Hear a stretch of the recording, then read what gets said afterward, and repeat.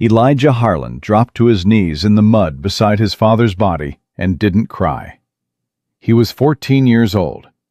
The river had taken what the whiskey hadn't finished, and now Eli knelt there with rain hammering his back, holding the hand of a man who'd stopped being his father the night his mother's blood soaked through the bedroom floor. He stood up, wiped his hands on his trousers, walked back to the empty cabin alone. And he made himself a promise he'd keep for 13 years, until a woman named Josephine Calloway broke it wide open. If you're still listening, I need you to do something for me. Hit that subscribe button and follow this story all the way to the end. Drop a comment with the city you're watching from. I want to see how far this tale travels. Now settle in, because this one's going to stay with you. Eli sold his father's cabin for $40 and a bay horse that pulled left. He rode west out of Missouri without looking back, because there was nothing behind him worth remembering. 13 years old. No family, no money, no plan except to never, ever end up like the man he'd just buried in a hole he'd dug himself because he couldn't afford a gravedigger. He worked cattle drives for 3 years, ate dust, slept on hard ground, took orders from men who hit harder than his father ever had.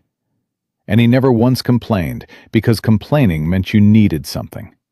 And needing something meant you could lose it. By 16, he'd saved enough to buy a saddle that didn't tear his legs raw. By 19, he'd learned enough about cattle to know more than most men twice his age. By 22, he'd put together enough cash and enough nerve to ride into Montana territory and lay claim to 1,800 acres of land that nobody wanted because the winters were brutal and the nearest town was a day's ride through country that would kill you if you stopped paying attention. But it had water. Blackstone Creek ran right through the middle of it, cold and clean, and Eli knew what his father never figured out. Water was the only thing in this world you could count on. It didn't lie. It didn't drink. It didn't stop flowing just because your heart was broken. 5 years later, Eli Harlan owned the biggest working ranch in the territory. 1,200 head of cattle, 8 hired hands, a house he'd built with his own 2 hands that had 4 walls, a solid roof, and not a single thing inside it that suggested a human being actually lived there. No pictures, no curtains, no softness anywhere. Otis Redmond had told him once, "Boss, I've slept in barns warmer than your parlor." "Then sleep in the barn," Eli had said. And Otis had laughed that deep, rumbling laugh of his, shook his head, and walked away knowing better than to push. Otis was the only man alive Eli trusted, and even that word felt too strong. Otis was useful. Otis was reliable. Otis had showed up 5 years ago looking for work, a freedman heading west with nothing but strong hands and a quiet dignity that made lesser men uncomfortable. Eli had hired him in 30 seconds and made him foreman in 6 months. Not because he liked him, but because Otis was the best cattleman he'd ever seen. The fact that Otis was also the closest thing Eli had to a friend, well, that was an accident he tried not to think about. It was Otis who walked up to the porch that Tuesday morning with his hat in his hands and trouble written all over his weathered face. "We got a problem, boss." Eli didn't look up from the bridle he was mending. "Which kind?" "The eating kind." Otis leaned against the porch rail. "Charlie's gone. Left yesterday. His daughter needs him in Omaha." Eli's hands went still. Charlie Reeves had been cooking for his crew for almost 2 years. Reliable, quiet, made decent food, and didn't cause trouble. He say when he's coming back? He ain't coming back. Otis met Eli's eyes straight on. "And boss, the men are already talking. Rotation cooking lasted 3 days last time, before Johnson nearly poisoned half the crew with undercooked pork. We need a real cook, and we need one fast." "I'll figure it out." "You'll figure it out." Otis's voice went flat. "Like you figured it out last time?" When we lost 2 good hands because they got tired of eating charcoal and went to work for McKinnon's outfit instead. Eli's jaw tightened. He hated when Otis was right, which was most of the time. What do you suggest? Ride into Copper Hill. Henry Calloway runs that boarding house on Main Street. His daughter does the cooking. Word is, she's the best in the territory. Maybe she knows someone looking for ranch work. Eli felt that familiar resistance rise in his chest. Hiring meant trusting. Trusting meant depending. Depending meant someone had power over you. And power meant pain. Every single time. But he looked out at his land, at the empire he'd bled for, and he knew Otis was right. Without a crew, 1,800 acres was just grass waiting to die.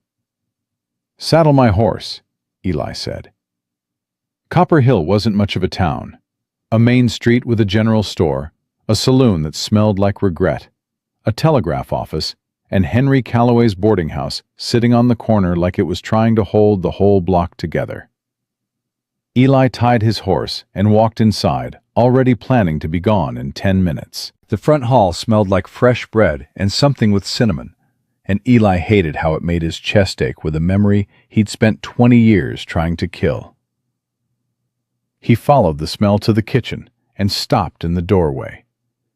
A woman stood at a massive iron stove, moving between 3 pots with the kind of efficiency that came from doing something so many times your body didn't need your brain's permission anymore. Brown-red hair pulled back tight, sleeves rolled to her elbows, hands that moved fast and sure. She didn't turn around. "If you're here for a room, I'll be out in a minute. If you're here for trouble, I keep a shotgun behind the flour barrel." "Neither." Eli's voice came out rougher than he intended. "Looking for Henry Calloway." "My father's at the bank." She still didn't turn. "What do you need him for?" "I need a cook. Heard he might know someone." Now she turned, and Eli got his first full look at Josephine Calloway's face. Brown amber eyes that measured him the way a horse trader measured livestock. A jaw set like she'd already decided something about him and wasn't impressed. "How many men?" she asked. Eli blinked. "What?" "Your crew. How many mouths?" 8 hands, plus me." "Wage?" Eli named a figure. Fair, not generous. "Days off?" "Sunday afternoons." "Cookhouse or main house?" "Separate cookhouse. Room attached."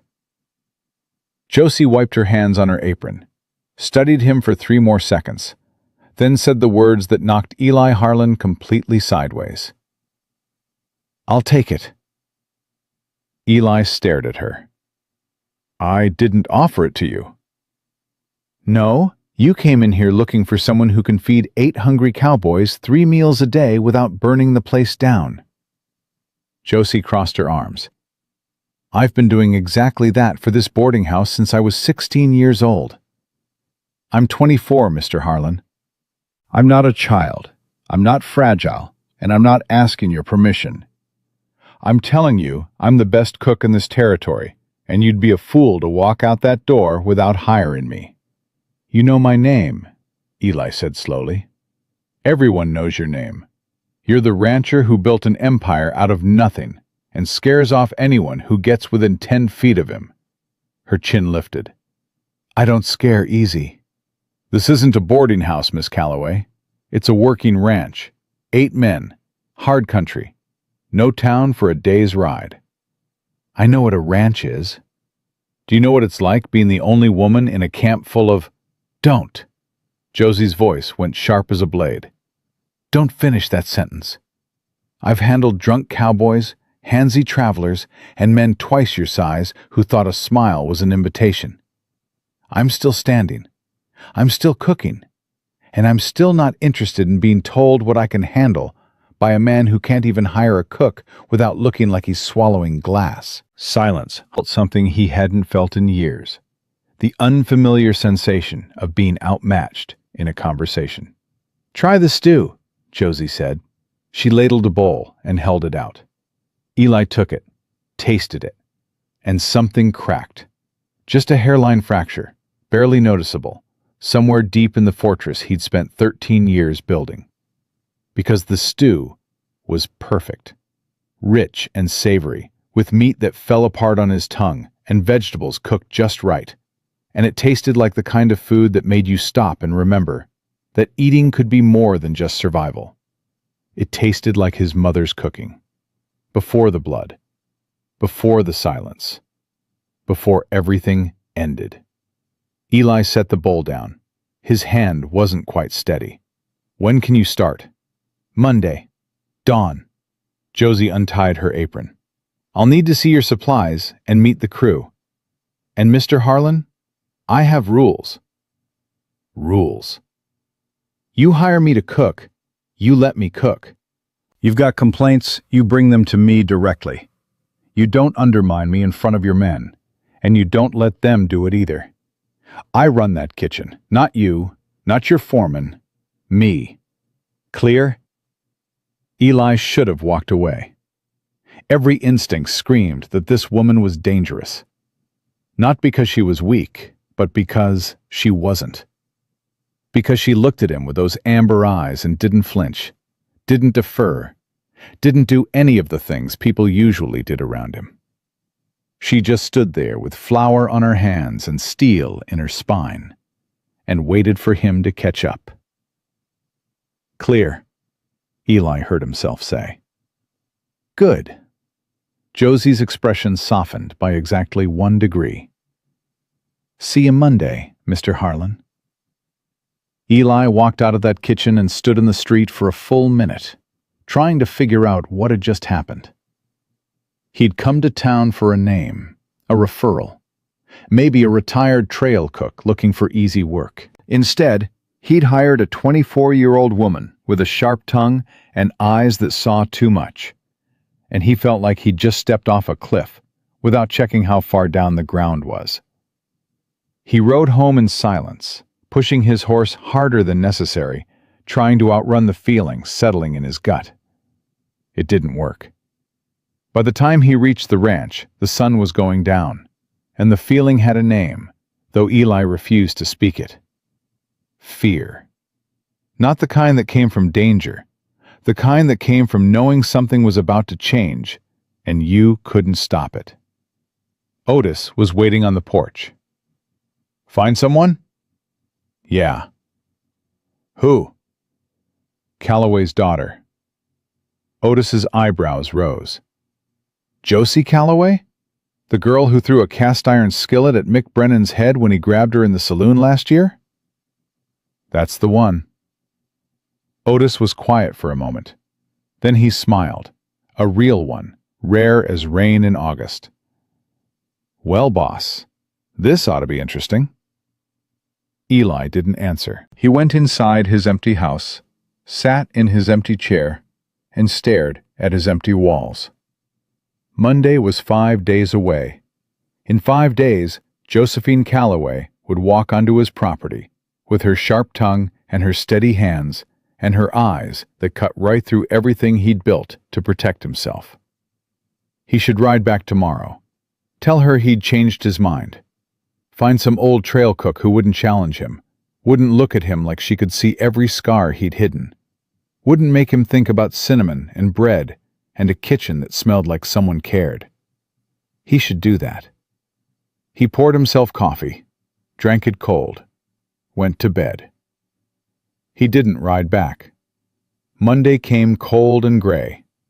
Eli had spent Sunday cleaning the cookhouse himself, scrubbing grease stains and sweeping out years of neglect, which Otis found so amusing he had to leave twice to keep from laughing out loud. "Never seen you touch a broom before, boss." "Shut up, Ot." "Just saying. Must be some cook." "I said shut up." But Otis was grinning as he walked away, and Eli threw the broom after him, and missed on purpose. At dawn, a wagon appeared on the road. Josie drove it herself, sitting straight-backed on the seat, handling the reins like she'd been born to it. She had a trunk, 3 crates of supplies, and an expression that said she'd made her decision, and God help anyone who got in her way. Eli met her in the yard. His crew drifted over from the bunkhouse, curious, cautious. 8 weather-beaten men trying not to stare at the young woman climbing down from the wagon before anyone could offer to help. "Morning," Josie said briskly. "Where do I put my things?" "Cookhouse. Room in the back," Eli gestured. "Bed, dresser. It's not fancy, I know. I didn't come for fancy." Josie grabbed a crate and 3 of Eli's men immediately jumped to help. She thanked each one by name, she'd apparently asked around, and something twisted in Eli's gut that he refused to examine. Within an hour, she owned that cookhouse. Not legally. Something deeper than that. She walked through it with a notepad, cataloging supplies, asking questions about budgets and delivery schedules, reorganizing shelves with the speed that made Eli's head spin. She moved like a general taking command of a battlefield, and his men followed her lead without a single word of protest. Eli gathered them for introductions. Kept it short. "This is Josephine Calloway. She's our cook. You treat her with respect. You follow her rules in the kitchen. Questions?" Tommy Dawson, 19 and terrified of women, raised his hand like he was in school. "Ma'am, is it true you hit Mick Brennan with a skillet?" Josie looked at him. "It's true." "Did it hurt him?" "He didn't grab anyone else for 6 months." A pause. "I take that as a yes." The crew laughed. Even Eli's mouth twitched. Josie turned to him. "I'll have lunch ready by noon. After that, you and I need to talk about your supply situation, because based on what I just saw in that pantry, your men have been eating like prisoners, and I intend to fix that." She walked into her cookhouse and closed the door. 8 cowboys stood in the yard looking at each other. Otis rocked back on his heels. "Interesting," he said again, and this time Eli didn't argue. By noon, the smell coming from that cookhouse had every man on the ranch finding excuses to be nearby. When Josie rang the bell and they lined up at the serving window, the silence that fell over them was almost holy. Roast beef, gravy that tasted like it had been simmering for hours, mashed potatoes whipped smooth, biscuits that were golden brown and shattered when you bit into them, green beans with salt port, and coffee, real coffee, strong and hot, and brewed by someone who understood that coffee wasn't just a drink. It was the reason cowboys got out of bed. Tommy Dawson took one bite, and his eyes went wet. Old Russ Hargrove closed his eyes and didn't open them for a full 30 seconds. Hank Bishop, who complained about everything, ate 3 plates without saying a single word. Eli sat at the end of the table with his plate and watched his crew transform. These were hard men, sunburned, calloused, tough as saddle leather. And they were sitting there, eating Josie Calloway's food, with expressions that looked dangerously close to gratitude. He took a bite of his own meal. The beef melted. The gravy was perfect. The biscuits were better than his mother's, and that thought hit him like a punch to the chest, because nothing was supposed to be better than his mother's. Nothing was supposed to make him remember sitting in a warm kitchen with a woman who loved him before the world took her away. Eli put his fork down, pushed back from the table, stood. "Boss?" Otis looked up. "You all right?" "Fine. Got work." Eli walked away fast enough that nobody could see his face, and he stood in the barn for 10 minutes with his hands pressed flat against a stall door, breathing hard, trying to shove the memory back into the locked room where it belonged. He'd hired a cook. That was all. She'd feed his men and keep them happy and stay out of his way. And he'd stay out of hers, and it would be strictly business, professional, controlled. He would not think about biscuits and cinnamon, and the way Josie Calloway's voice had gone just slightly soft when she'd handed Tommy Dawson an extra helping because the boy was too skinny. He would not think about that at all. But standing there in the barn, with the smell of fresh bread still drifting across the yard, Eli Harlan felt the first crack deepen in the wall he'd spent half his life building. And somewhere in the back of his mind, in a voice that sounded terrifyingly like his mother's, a whisper said, "You can't keep everyone out forever, Elijah." Sooner or later, someone walks through. He told the voice to shut up. It didn't listen. 3 days. That's how long Eli's plan lasted. 3 days of avoiding the cookhouse, of eating fast and leaving faster, of sending Otis to relay messages that he could have delivered himself. 3 days of pretending Josie Calloway was invisible. On the 4th morning, she found him in the barn before dawn. "Mr. Harlan." Eli straightened from the horse he'd been brushing. Josie stood in the doorway, with her arms crossed and her jaw set in that way he was already learning meant someone was about to get an earful. "Miss Calloway, we need to talk." "About what?" "About you acting like a fool." Josie stepped closer. "You've been dodging me for 3 days, sending your foreman to tell me things you could say yourself. Even so fast you can't possibly taste anything. And you won't look at me for more than 2 seconds running." "I've been busy." "You've been hiding." Her voice was flat. Not angry. Worse. Certain. "Now, I don't care if you like me. That's not what I'm here for. But I care very much if you're making my job harder because you're uncomfortable having a woman on your property. So which is it?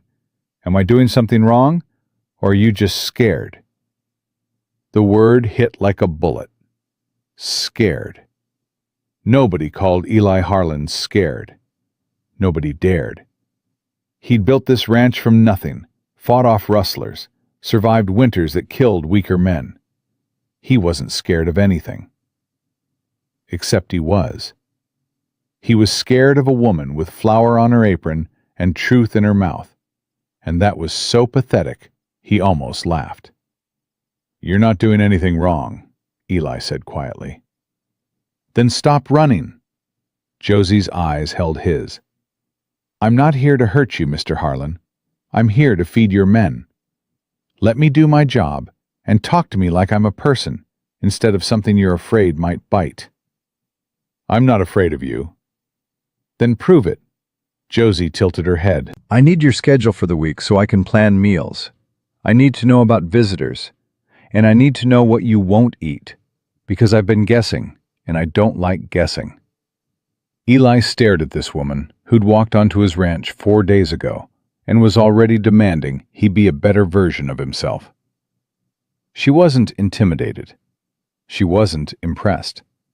She was just standing there, steady as bedrock, waiting for him to stop being a coward. "All right," Eli said. "You're right. I'll do better." Josie nodded. "Good. Now, schedule." They talked for 20 minutes. Professional. Direct. Josie asked smart questions and wrote neat notes and treated the whole conversation like it was the most normal thing in the world. And by the time she left, Eli felt like he'd just survived something that should have killed him. Otis appeared in the barn doorway 30 seconds later, leaning against the frame with a look of pure satisfaction. "Don't," Eli said. "Didn't say a word, boss. You're thinking loud enough to hear in Copper Hill," Otis grinned. "I reckon that woman's the best thing that ever walked onto this ranch. She's just a cook, Ot." "Uh-huh." Otis pushed off the frame and ambled away. Just a cook. But they both knew that wasn't true. They both knew, even then, that Josie Calloway was something else entirely. Something Eli's fortress walls hadn't been built to withstand. Something that was going to change everything. The first week bled into the second, and Eli kept his word. He stopped hiding, stopped sending Otis with messages he should deliver himself, stopped eating like a man trying to escape a burning building. He showed up to meals on time, answered Josie's questions about schedules and supplies, and treated her like what she was, an employee doing a job, nothing more, nothing less. That was the plan, anyway. The problem was that Josie Calloway didn't just cook. She rebuilt things, quietly, without asking permission, without making a fuss about it. She scrubbed the cookhouse until the wood underneath the grease stains turned out to be a warm, honey color nobody had ever seen before. She organized the pantry so precisely that any man could find what he needed in the dark. She kept coffee hot at all hours, kept bread baking in rotation so the smell never quite left the air, kept a pot of something simmering on the back of the stove for anyone who came in cold or hungry or just needing a reason to sit down for a minute. And the men changed. Eli noticed it the way you notice a river shifting course. Not all at once, but in small movements that added up to something you couldn't ignore. Tommy Dawson started washing his face before meals. Russ Hargrove stopped cursing in the yard where Josie could hear. Hank Bishop, who hadn't written a letter in 3 years, asked Josie how to spell sincerely, and spent an entire Sunday evening composing something to his estranged brother in Kansas City. Even Otis was different. Not in obvious ways. Otis was already the most put-together man on the ranch. But Eli caught him humming one morning while he checked fence lines. And when Eli asked what he was so happy about, Otis just shrugged and said, "Biscuits were good today, boss." The cookhouse became the center of everything. Not just for meals, but for the in-between hours, the quiet moments after supper, when men who spent all day working alone suddenly wanted company. They'd gather around Josie's big prep table, playing cards, mending gear, telling stories they'd told 100 times, but somehow sounded different in that warm room, with that woman moving quietly around them, listening without judging, laughing at jokes that weren't that funny, treating each of them like they mattered. Eli watched it all from a distance. He told himself he was monitoring the situation, making sure his crew stayed focused, making sure Josie's presence wasn't causing problems. But the truth was simpler and more dangerous than that. He liked watching her. He liked the way she moved through the cookhouse, like she'd been born in it. The way she could carry on 3 conversations at once while kneading bread without breaking rhythm.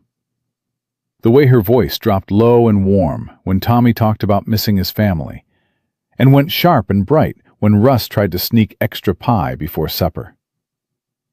2 weeks in, on a rainy Thursday evening, Eli made the mistake of walking into the cookhouse for coffee and not leaving. The crew was scattered, half in the bunkhouse, half still finishing fence repairs in the drizzle. Josie stood at the stove, stirring soup, her back to the door. She didn't turn when Eli came in, but she said, "Coffee's fresh. Cups are where they always are." Eli poured a cup and sat at the prep table. He had ledgers with him, accounts that needed reviewing, legitimate work that gave him a legitimate reason to be here, instead of alone in his empty house, listening to rain hit a roof that covered nobody but him. He opened the ledger, stared at numbers. "You're holding that page upside down," Josie said without looking.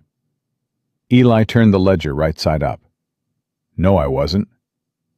"Mr. Harlan, I can see your reflection in the pot. The page was upside down." Eli closed the ledger. Josie turned from the stove, wiping her hands, and for a moment they just looked at each other across the warm room while rain drummed on the roof. "You don't have to pretend," Josie said. "If you want somewhere warm to sit, just sit. You don't need the ledger as an excuse." "I don't need excuses to be in my own cookhouse." "No, you don't." Josie pulled a chair out and sat across from him. "So why do you keep bringing them?" Eli didn't have an answer for that. Or rather, He had an answer he'd cut out his own tongue before speaking. So he sat there, with his coffee going cold, and with her amber eyes and her flour-dusted apron. And the silence between them felt like something alive.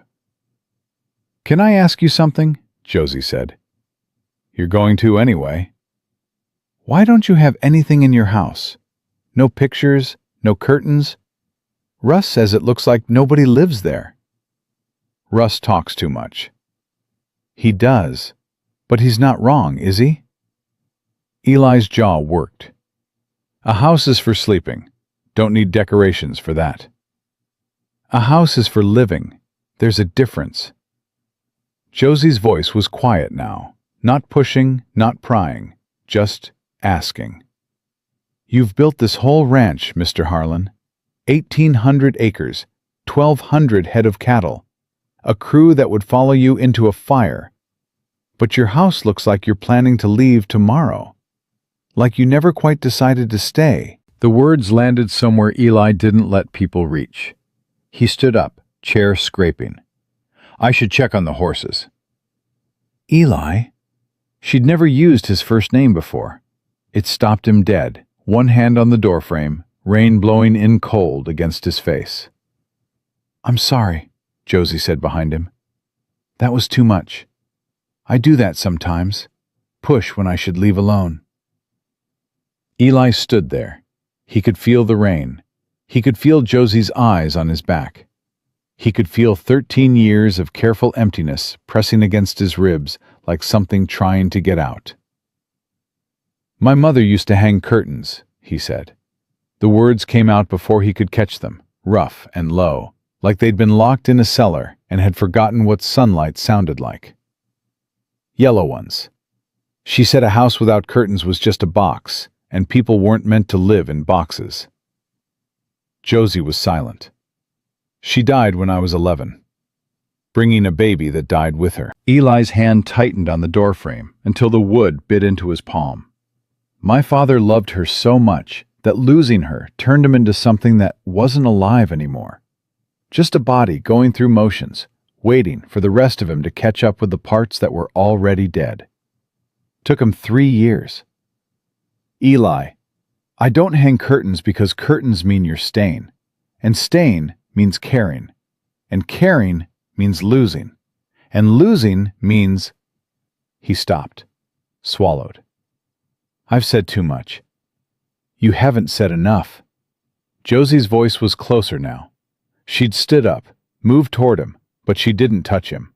She just stood there, close enough that he could feel her warmth against the cold rain blowing in. "But you don't have to say it all tonight." Eli turned his head just enough to see her face. Those amber eyes were bright, not with pity. He would have hated pity, but with something fiercer. Understanding, maybe. Recognition, like she knew exactly what it cost him to say those words, and she was holding the weight of them carefully. The way you'd hold something breakable that someone trusted you with. "Good night, Miss Calloway," Eli said. "Good night, Eli." He walked out into the rain and didn't look back. But he felt the crack in his walls widen by another inch, and he knew with a cold certainty that Josie Calloway had just walked through a door he'd spent half his life trying to keep shut. The next morning, Eli came to breakfast and Josie acted like nothing had happened. She served his food, asked about the day's schedule, reminded him that she needed a supply run to Copper Hill by Thursday. Professional. Normal. No weight, no expectation. No sign that he'd torn himself open in front of her the night before and bled all over her clean kitchen floor. It was the kindest thing anyone had done for him in 13 years. Otis noticed the shift because Otis noticed everything. He waited 3 days before saying anything, which, for Otis, showed remarkable restraint. They were riding the north fence line, checking posts after the rain, when Otis said, "You've been different this week."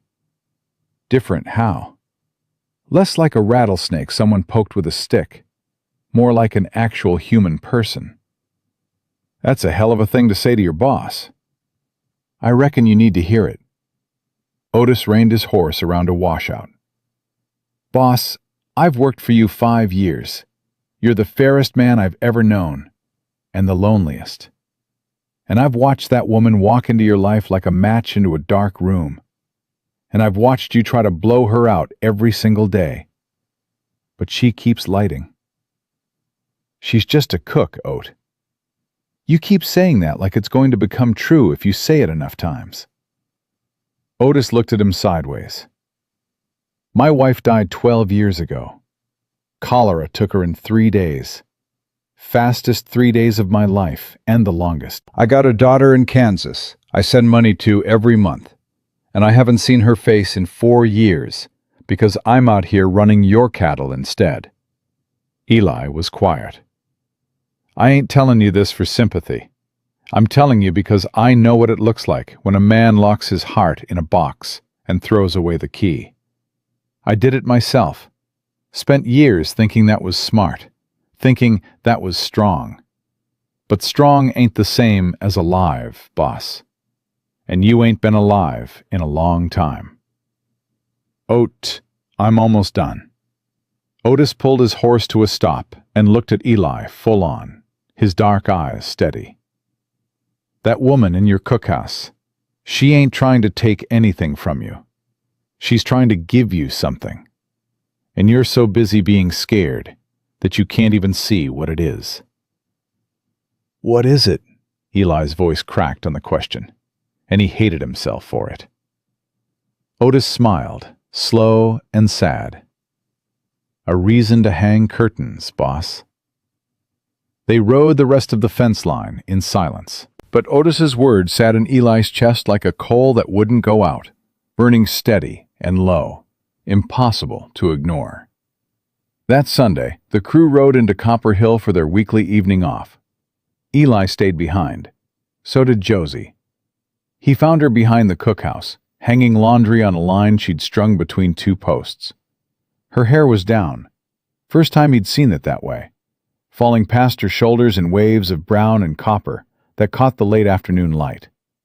She looked younger, softer, less like a general commanding a kitchen, and more like a woman who'd put down her armor for a few hours. Eli meant to walk past. His legs had other ideas. "Need help?" Josie glanced over her shoulder, surprised. "You offering to hang laundry?" "I've got hands. They work." "That they do." Josie handed him a wet sheet. "Pin it at the corners. Don't let it drag." They worked in silence for a few minutes, side by side, the simple domestic rhythm of it settling over Eli like something he'd forgotten he knew. Pin, stretch, pin, the fabric snapping in the breeze. Josie's shoulder occasionally brushing his when she reached for the line. "Can I ask you something?" Eli said. "Now who's pushing? Why'd you really leave the boarding house? The truth." Josie's hands stilled on the pillowcase. She was quiet long enough that Eli thought she wasn't going to answer. Then she said, "There's a man in Copper Hill, Garrett Boone, runs the Silverstone Mining Company." The name hit Eli like a fist. Everyone in the territory knew Garrett Boone. Mining money, political connections, the kind of man who smiled at you while he was picking your pocket and made you thank him for it. "He decided he wanted me," Josie said. Her voice had gone flat. Careful. Not in a courting way, in an owning way. "He started coming to the boarding house. Started talking to my father about arrangements. My father's got the boarding house and a corner property that Boone wants for some expansion project. Boone made it real clear that things would go smooth for my father's business if I cooperated, and real rough if I didn't." Eli felt something cold and murderous settle into his bones. "He touch you?" "No, he's smarter than that. He never does anything that leaves a mark or a witness. He just applies pressure. Finds code violations that didn't exist last month. Raises insurance costs. Makes suppliers think twice about doing business with us. Death by 1,000 cuts, and all of it deniable. Josie pinned the pillowcase with hands that had gone white-knuckled. My father's scared. Scared enough that he actually asked me to consider it. Not because he's a bad man. He's not. He's just tired and frightened, and he doesn't know how to fight someone like Garrett Boone. So you ran. I chose to leave. Josie turned to face him. There's a difference. Running is what you do when you're beaten. I'm not beaten, Eli. I'm just regrouping, figuring out my next move. And when you walked into that kitchen looking for a cook, it felt like the universe was handing me a door. So I walked through it. Does Boone know where you are? Probably. Copper Hill's too small for secrets. But out here, I'm beyond his daily reach. He can't corner me. Can't pressure my father with me standing right there being stubborn. She paused. I should have told you this when you hired me. You had a right to know what you were bringing onto your property. Eli looked at this woman, who'd carried all of that. The fear, the pressure, the impossible choice between her own freedom and her father's safety, and still showed up to his cookhouse every morning at dawn and fed his men like they were kings, and never once let any of it show. Josie, if you want me to leave, I understand. I brought trouble to your door, and that's not... Josie. Eli's voice was quiet, but it stopped her cold. I'm not asking you to leave. I'm telling you that if Garrett Boone sets one foot on my property, he'll regret it for the rest of his natural life. Josie stared at him. Eli, you don't know what he's capable of. I don't care what he's capable of. He's got money, lawyers, connections to every official in the territory. He doesn't fight fair. Neither do I when someone threatens my people. The word hung between them. My people. Eli heard it and felt his chest tighten because he'd said it without thinking. And it was true in a way that terrified him. Josie was his people now. Somewhere between the biscuits in the barn and the night she'd let him bleed without trying to fix him, she'd become his. Josie's eyes went bright. She blinked hard, twice. You barely know me. I know enough. You know I make good stew. I know you're the bravest person I've ever met. The words came out raw, unplanned. Eli felt exposed, like he'd just handed her a loaded gun and pointed it at his own chest. I know you left everything to keep your dignity. I know you walked onto a stranger's ranch and made it better in 2 weeks than I managed in 5 years. I know my crew would ride through hellfire for you, and they've known you less than a month. And I know... He stopped. Josie waited. I know I'm better when you're here, Eli said. And that scares me more than Garrett Boone ever could. Josie reached out and took his hand. Her fingers were warm, rough with work, strong. She held on and didn't let go. Then we'll be scared together, she said. That's better than being scared alone. Eli looked down at their joined hands. His, scarred, sun-darkened, built for fence posts and saddle leather. Hers, calloused, capable, built for bread dough and cast iron. 2 hands that had each done hard things alone for too long. He didn't pull away. They stood there in the late afternoon light, laundry snapping on the line above them. And something settled between them that felt like the opposite of everything Eli had ever known. Not emptiness, but fullness. Not fear, but the beginning of something braver than fear. Don't tell Otis about this, Eli said. Josie laughed. It was the most beautiful sound he'd ever heard. Eli Harlan. That man knew before we did. She was right. Of course she was right. Otis was sitting on the bunkhouse steps when they walked back, separately, with a careful distance between them that fooled absolutely nobody. He took one look at Eli's face and just nodded, slow and satisfied, like a man watching a horse finally drink after leading it to water 100 times. That night, Eli stood on his porch and looked at the cookhouse window where Josie's lamp was burning. She was in there reading, probably, or making notes for tomorrow's meals, or just sitting in the warmth of a space she'd made her own. Eli looked at that light and felt something shift in his chest. Not a crack this time. Something bigger. Something that felt like a wall coming down in slow motion, brick by brick. And behind it, all the things he'd locked away for 13 years. Longing and hope, and the terrifying possibility that maybe, just maybe, he didn't have to spend the rest of his life alone in a house without curtains. He went inside. He sat in his chair. He looked at his bare walls. And for the first time since he was 14 years old, Eli Harlan thought about what it might be like to stay. 3 weeks passed before Garrett Boone came for them.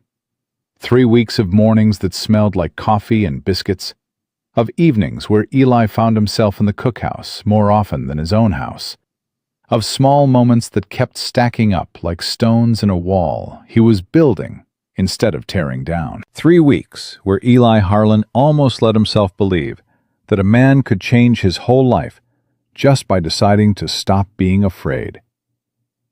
Then the buggy rolled up the road on a Tuesday afternoon, and everything shattered. Eli was in the barn, shoeing a mare, when he heard wheels on dry ground. He straightened, hammer still in hand, and walked to the barn door.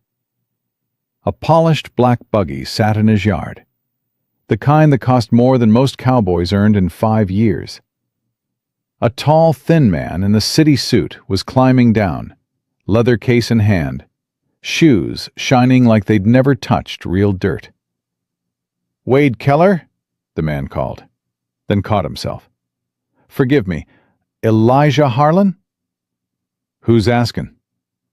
"Theodore Voss, attorney representing Silverstone Mining Corporation."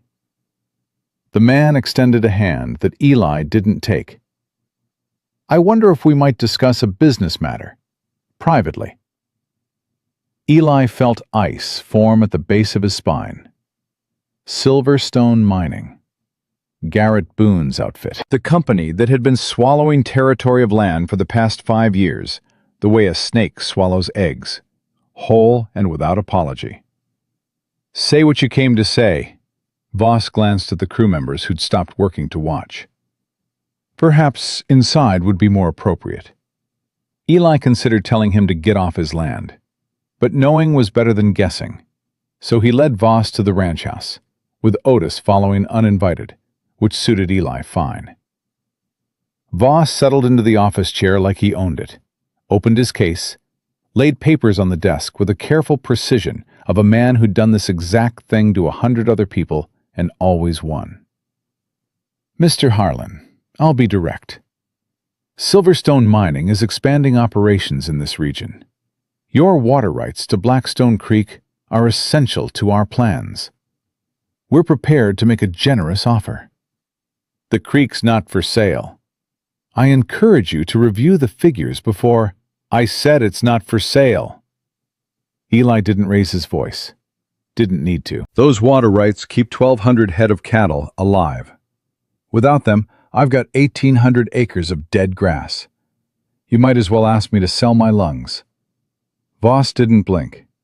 "Mr. Harlan, Silverstone is committed to this expansion. I'd strongly suggest you accept while the offer remains generous.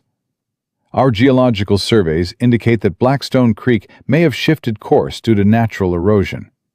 If so, your claim could be challenged in court. We have resources for extended litigation. Do you?" The threat sat in the room like a rattlesnake on a dinner plate. Otis's hand moved toward the rifle on the wall, but Eli shook his head. "Get off my property, Mr. Voss." "1 week, Mr. Harlan."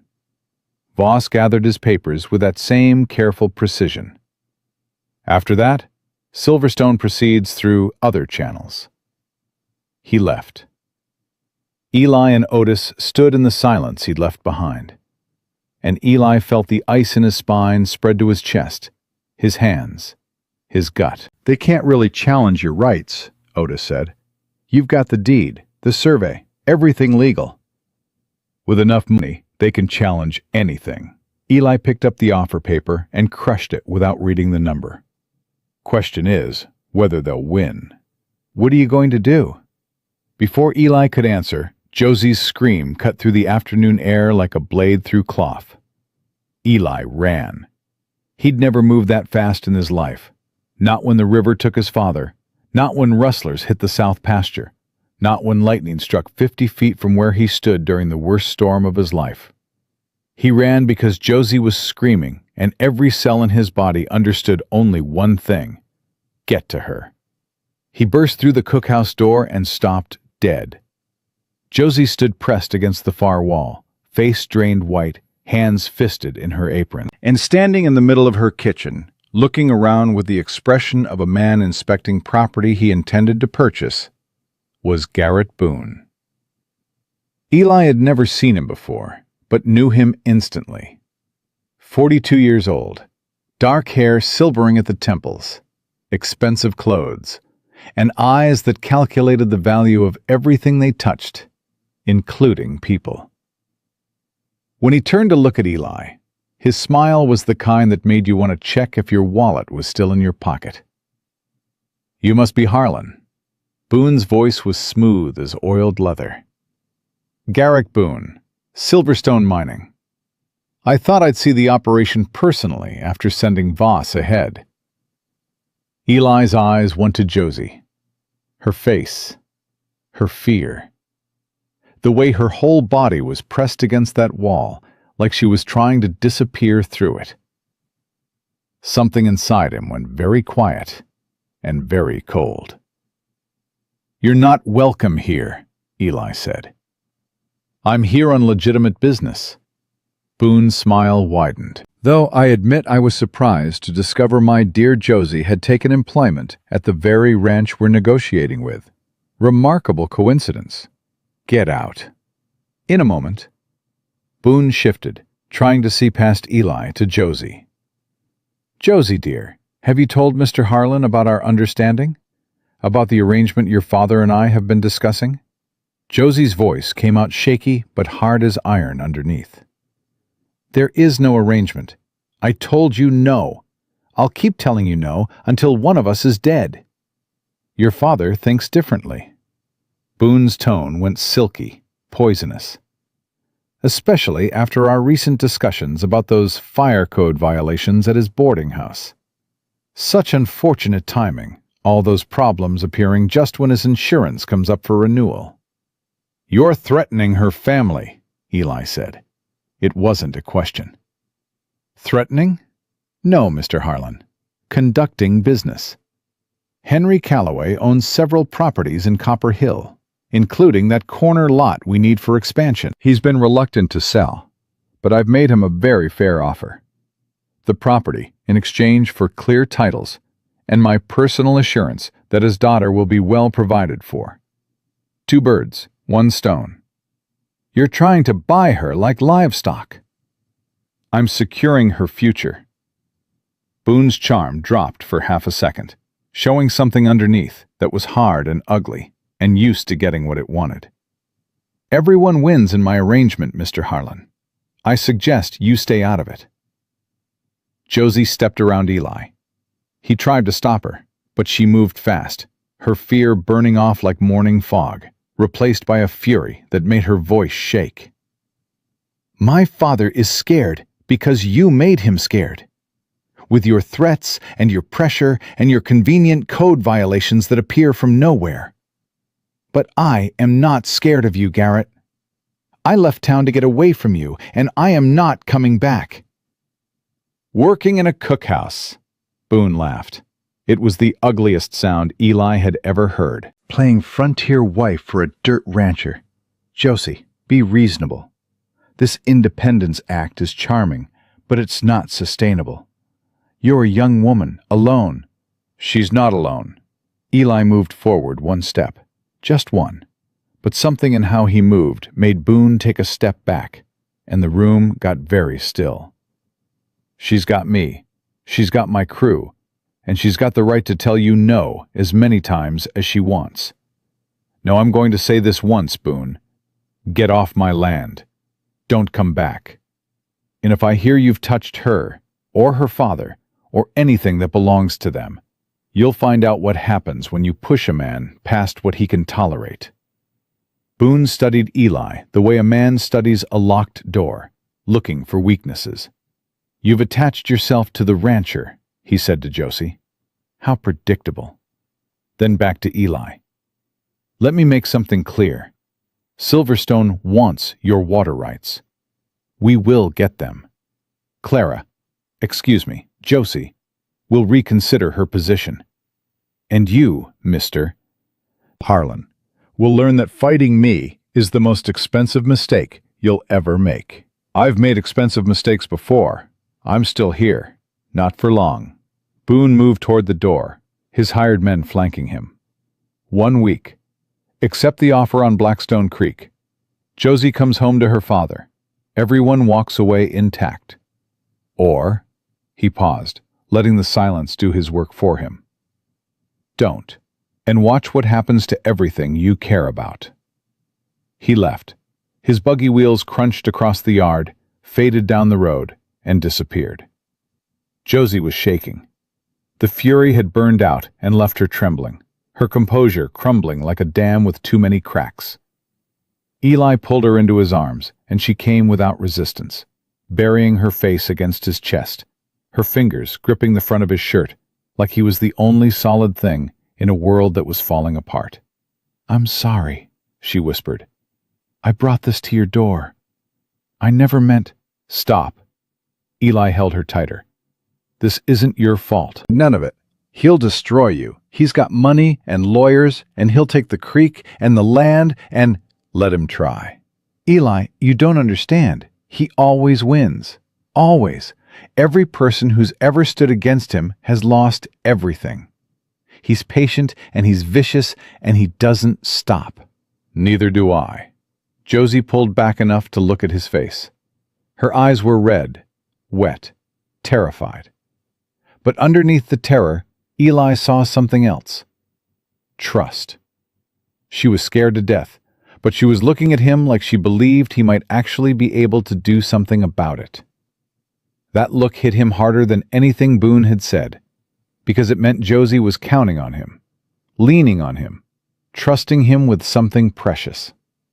And Eli Harlan, who'd spent 13 years making sure nobody ever depended on him, found that he'd rather die than let her down. "We need a plan," Eli said. "Otis!"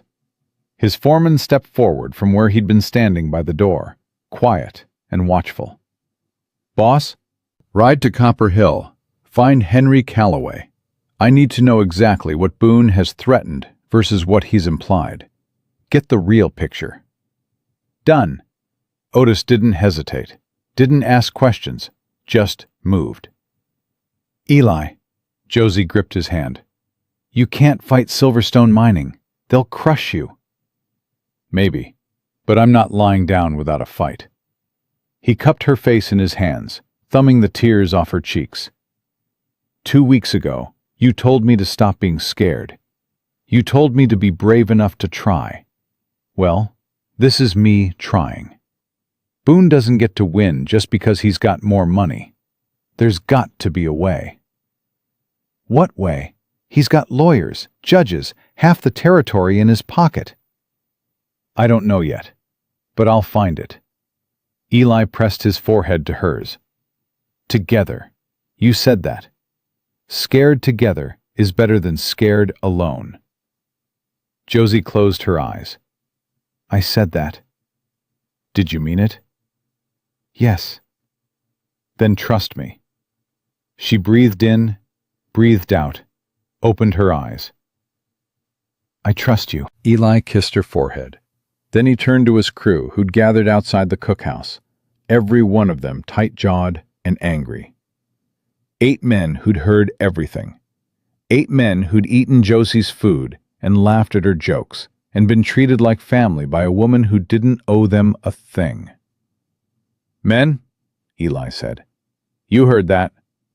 Silverstone Mining wants Blackstone Creek. Garrett Boone wants Josie. They think we'll fold because they're bigger and richer and meaner. I intend to prove them wrong. If you want your wages and a clean exit, no hard feelings." Tommy Dawson stepped forward first. 19 years old, skinny, scared of women and thunderstorms and his own shadow. He stepped forward and said, "Boss, Miss Josie taught me how to write my sister a letter last week. First letter I ever wrote in my whole life. Nobody messes with her. I'm staying." Russ Hargrove spat tobacco in the dirt. "Same." Hank Bishop cracked his knuckles. "What he said." One by one, all 8, every last man. Josie's hand found Eli's and squeezed so hard his knuckles popped. He didn't mind. Otis returned from Copper Hill after nightfall, with Henry Calloway riding double behind him, looking like a man who'd aged 10 years in a single day. Henry was thin and gray, and when he saw Josie, he grabbed her and held on like she was the last thing keeping him upright. "Papa," Josie's voice cracked, "tell us everything." They sat in the cookhouse, Eli, Josie, Henry, Otis, with coffee going cold and lamplight throwing shadows on the walls. Henry laid it out with the exhausted honesty of a man who'd been carrying too much for too long. Everything. He's threatened everything. Henry's hand shook around his cup. The boarding house, the corner property, the building lease, inspectors finding violations I've never heard of, insurance companies refusing to renew, suppliers raising prices overnight. All of it deniable. All of it time to make me cooperate. "Cooperate how?" Eli said, though he already knew. "He wants the corner lot for his expansion, and he wants—" Henry's voice broke. He looked at Josie. "He wants you. Says if I arrange a courtship, give my blessing, he'll pay top dollar for the property and make all the problems disappear." "That's extortion," Otis said flatly. "That's Garrett Boone." Henry laughed, bitter as bad coffee. "He frames everything so careful, never quite says anything provable, just helpful suggestions about how much easier life could be if we all cooperated." Eli looked at Josie. She was staring at her father with something that broke Eli's heart. Love and frustration and grief, all tangled together. She loved this tired, frightened man, and she was furious at the world for putting him in a position where his fear could be used as a weapon against her. "There are others," Henry said quietly. "Other people Boone has done this to. Bill Crawford's freight company. Mysterious accidents until he sold." Martha Henderson's hotel burned to the ground 3 months after she refused to sell. Sam Fitch's cattle operation collapsed when his water rights got challenged in court by a judge everybody knows is on Silverstone's payroll. "How many?" Eli asked. "That I know of? A dozen, maybe more. 12 people. 12 businesses. 12 lives dismantled by one man who operated in shadows and never left fingerprints." Eli felt something harden in his chest that went beyond anger. This was war, and he'd just been drafted, whether he wanted it or not. "We need those names," Eli said. "Every person Boone has hurt. Dates, details, what happened and when." "For what?" Henry asked wearily. "Who's going to listen? The courts are compromised. Territorial officials are on his payroll. We're just people who got hurt by a bully," Eli cut in. "But 12 people telling the same story isn't a complaint. It's a pattern. And patterns are hard to ignore when you shine enough light on them." "Light from where?" Eli's mind was working now. Fast. Hard. The way it worked when he was tracking cattle through bad terrain, finding angles other people missed. Boone operates in the dark. That's where he's powerful.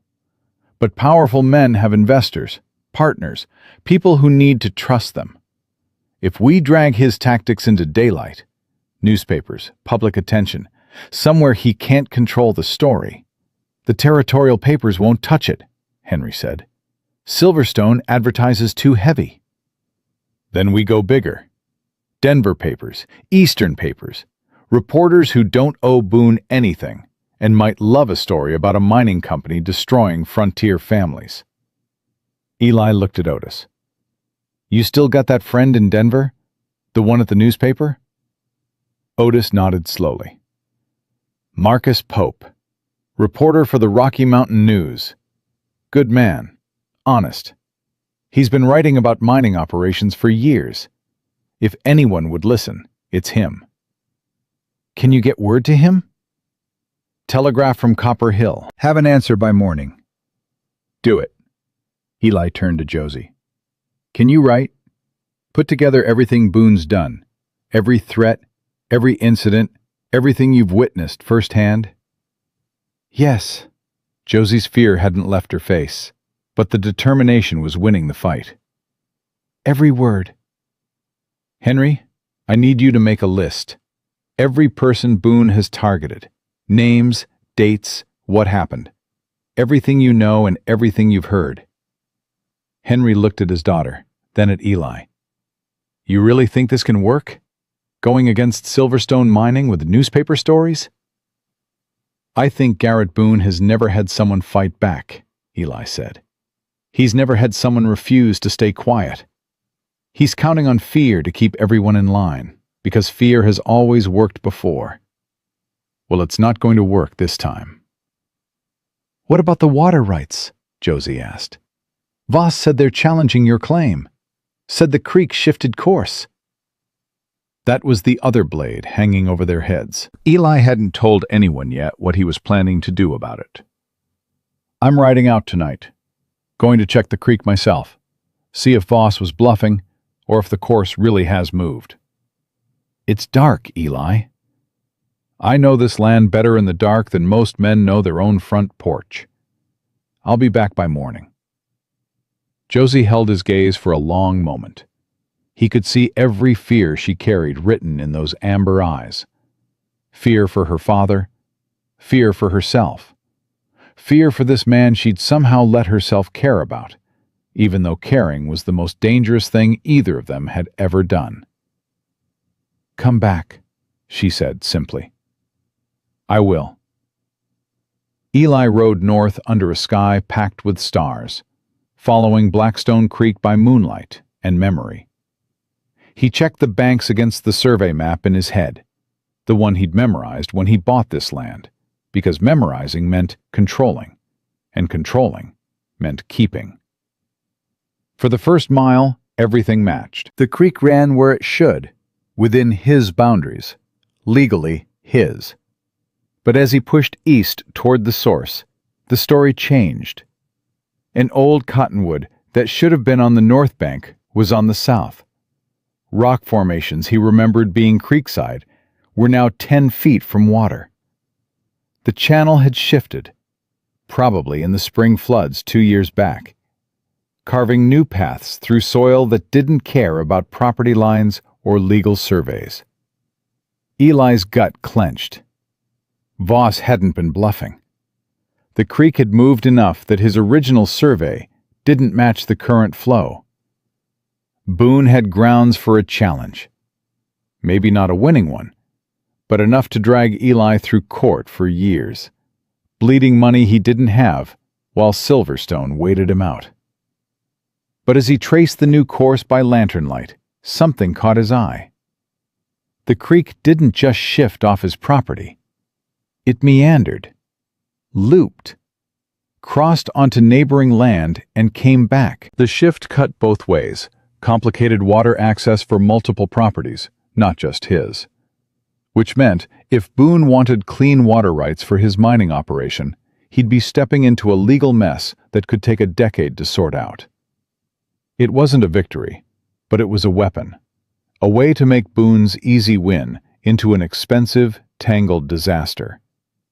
And expensive disasters were the only language men like Boone really understood. Eli rode home with mud on his boots and a plan taking shape in his head. Dangerous, desperate, the kind of plan that either saves everything or burns it all down. When he walked into the cookhouse at dawn, Josie was already there. Coffee made, bread rising, notes spread across the prep table in her neat handwriting. Pages and pages of everything Garrett Boone had done. Every threat, every manipulation, every carefully deniable act of destruction. She looked up when Eli came in, read his face. The creek shifted. Yeah, how bad? Bad enough that Boone's got a case, but complicated enough that I've got ammunition too. Eli poured coffee and sat across from her. The shift goes both ways. Multiple properties affected. If Boone wants to litigate my claim, he opens a legal war that'll cost him more than this ranch is worth. Mutually assured destruction. Something like that. That's not enough, Josie said quietly. Boone doesn't back down from expensive fights. He makes examples. I know. Eli reached across the table and took her hand. Her fingers laced through his automatically, like they'd been doing it for years instead of days. That's why we're not just playing defense. We're going to hit him so hard, he can't hit back. Josie squeezed his hand. Tell me the plan. Before Eli could answer, Otis pushed through the door with a telegram in his fist and a grin on his face that Eli had never seen before in 5 years of working together. Marcus Pope, Otis said. He's coming. Leaving Denver today. Says he's been building a file on Silverstone for 2 years, and he's been waiting for someone brave enough to go on record. Otis slapped the telegram on the table. His exact words, "Tell your boss I'll be there in 3 days. Tell him to have everything ready. And tell him this is going to be the biggest story this territory has ever seen." Eli looked at Josie. Josie looked at Eli. And somewhere between the fear and the hope, and the desperate knowledge that they were about to pick a fight with the most powerful man in Montana Territory, something passed between them that didn't need words. They were going to war. Together.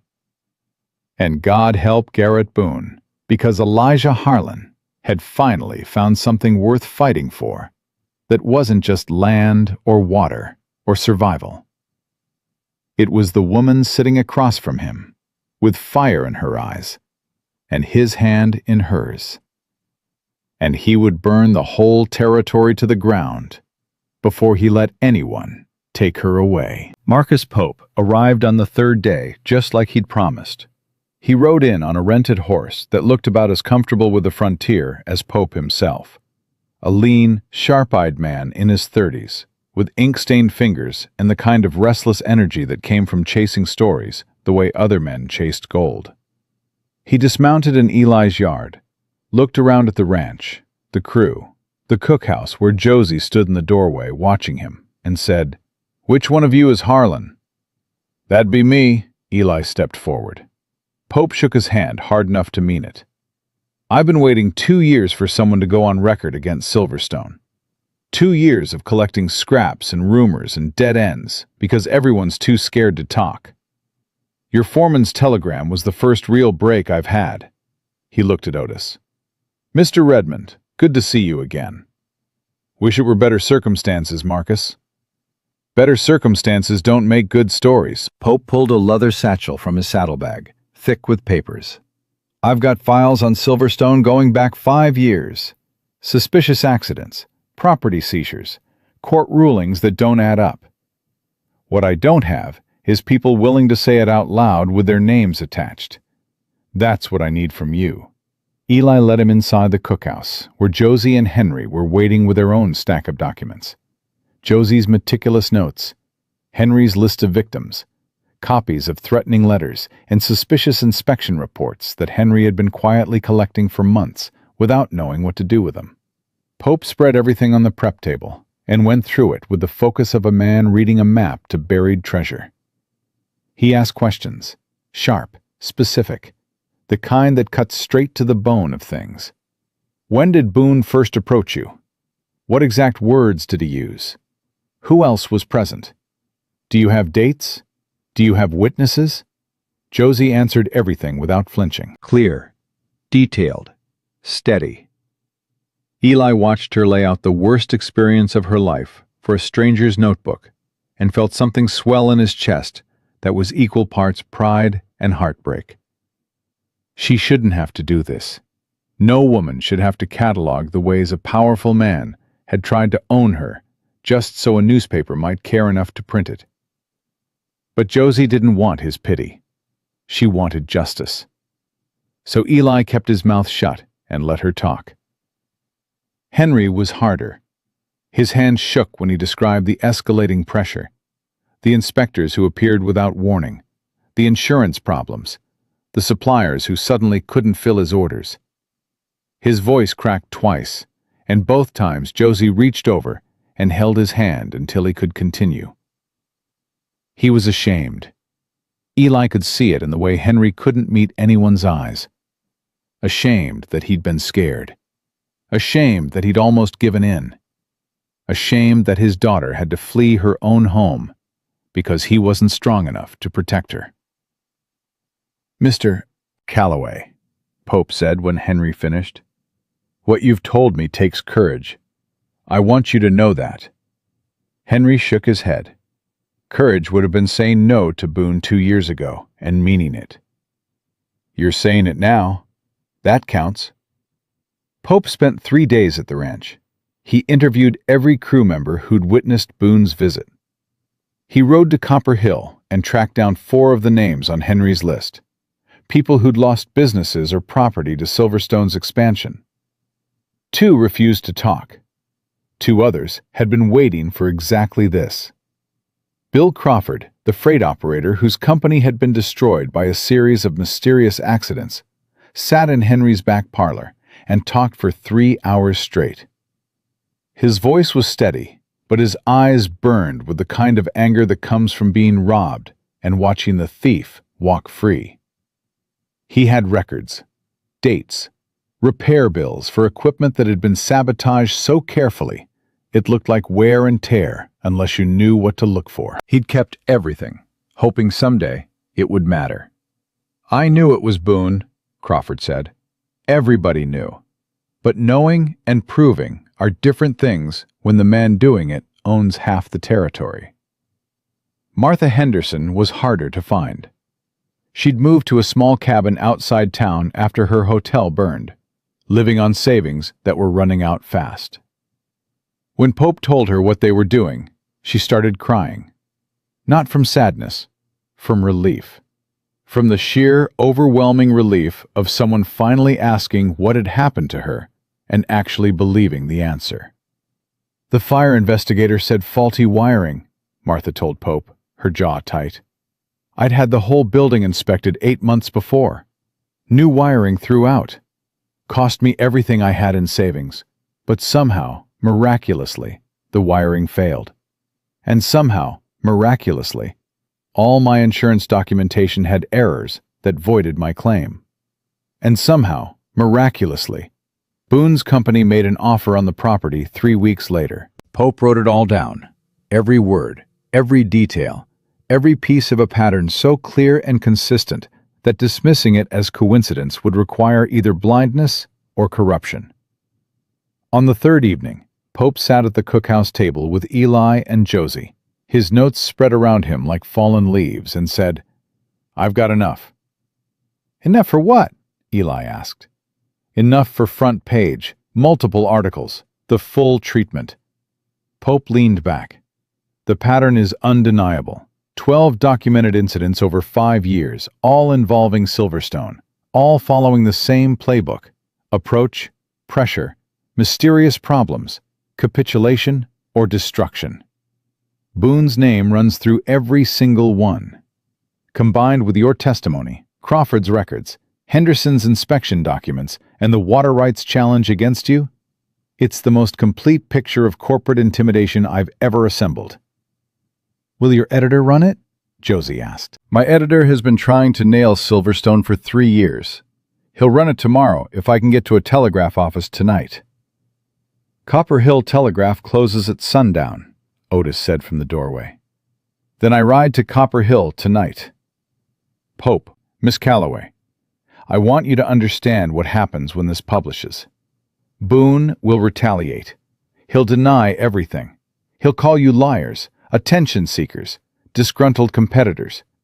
He'll use every tool he has to discredit you. We know, Eli said. But he'll be doing it in daylight, Pope continued, in front of investors, business partners, territorial officials who can't afford to look the other way when a major newspaper is asking questions. That's your advantage.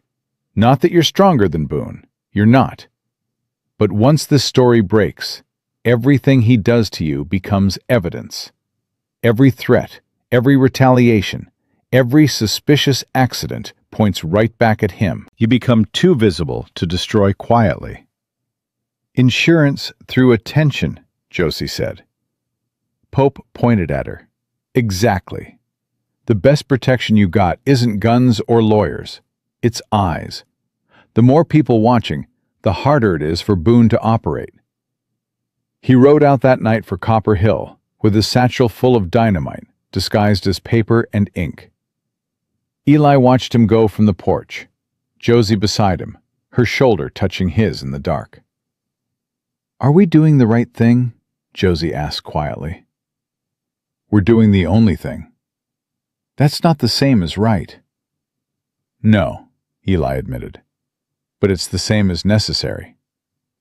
4 days later, on the morning Eli's water rights hearing was scheduled in Cheyenne, a hearing Boone had filed to strip him of everything, the Rocky Mountain News ran a front-page story under the headline that Eli would remember for the rest of his life. Mining company faces allegations of systematic intimidation across Montana territory. Pope had done exactly what he promised. Laid out the pattern with surgical precision. Named Boone directly. Quoted victims. Documented the suspicious timing of accidents and legal challenges that always seemed to benefit Silverstone. Raised hard questions about territorial officials who'd failed to investigate, despite evidence that a child could follow. Eli read it in the cookhouse, with Josie, Henry, and Otis crowded around him. Nobody spoke for a full minute. He's done, Henry whispered. He has to be done. He's not done yet, Eli said, because he knew Garrett Boone, knew the type.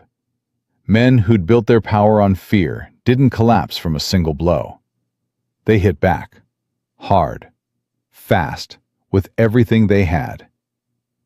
The counterstrike came that afternoon. A rider from town with a letter in Boone's handwriting. Eli read it out loud because secrets had no place in this fight anymore. Mr. Harlan, you have made a grave miscalculation. I offered civilized resolution. You responded with slander. Very well. Your ranch will be condemned. Your crew scattered.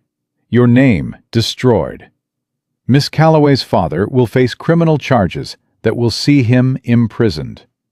His properties will suffer unfortunate accidents. You have 24 hours to retract your statements. Otherwise, prepare to lose everything. G. Boone. Silence. Then Josie said, He put it in writing. Eli looked at her. Josie's face had gone pale, reading the threats against her father. But her eyes were sharp and bright and focused on something Eli hadn't seen yet. He put his threats in writing, Josie repeated. Arson, false charges, property destruction. He handed us evidence. He'll deny writing it. Maybe. But combined with everything else, combined with Pope's story, this is exactly what we've been saying he does. Documented. In his own hand. Josie grabbed the letter. We send this to Pope. Today. Right now. Let him publish Boone's threats alongside everything else. Make it so the whole territory sees what happens when someone stands up to Garrett Boone. He'll retaliate harder, Henry said.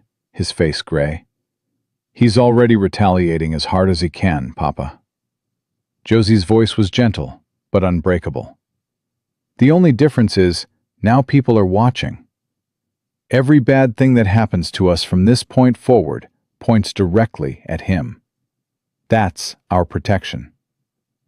Eli looked at this woman, this 24-year-old cook's daughter, who'd figured out in 30 seconds what Boone's lawyers hadn't anticipated in 5 years. She wasn't just brave, she was brilliant.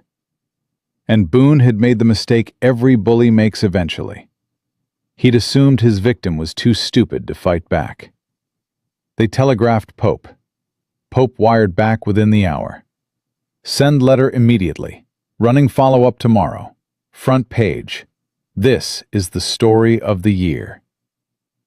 The second article hit the territory like a thunderclap. "Mining superintendent threatens retaliation against whistleblowers." Pope had laid it out with devastating clarity. Boone's letter, alongside the pattern of abuse, the victims' testimonies, the suspicious timing of every disaster that had ever befallen anyone who'd stood in Silverstone's way. By noon, territorial investigators showed up at the ranch asking for interviews. By evening, 3 Eastern newspapers had sent telegrams requesting more information. And by the following morning, a different lawyer arrived. Not Theodore Voss this time, but someone older, more polished, more expensive. The kind of lawyer corporations send when they're trying to make a problem disappear. "Thomas Everett," the man said, shaking Eli's hand with practiced warmth. "Representing Silverstone Mining Corporation. I'm here to discuss resolution." They met in the cookhouse. Eli, Josie, Henry on one side, Everett on the other. Pope sat in the corner taking notes, and Everett's jaw tightened when he saw the reporter, but he didn't object. "Silverstone is prepared to withdraw its challenge to your water rights," Everett said. "Binding agreement, 10 years. Additionally, a settlement of $5,000 for any inconvenience. Mr. Calloway's properties will be deemed in full compliance. No further action." $5,000. Eli felt the number land in the room like a physical weight. That was 2 years of ranch earnings, security, expansion money, a future with cushions built in. All he had to do was sign a paper saying he'd been wrong about everything. "In exchange," Everett continued, "you and Miss Calloway sign affidavits retracting your statements to the press. Acknowledge that the allegations were based on misunderstandings." Eli looked at Josie.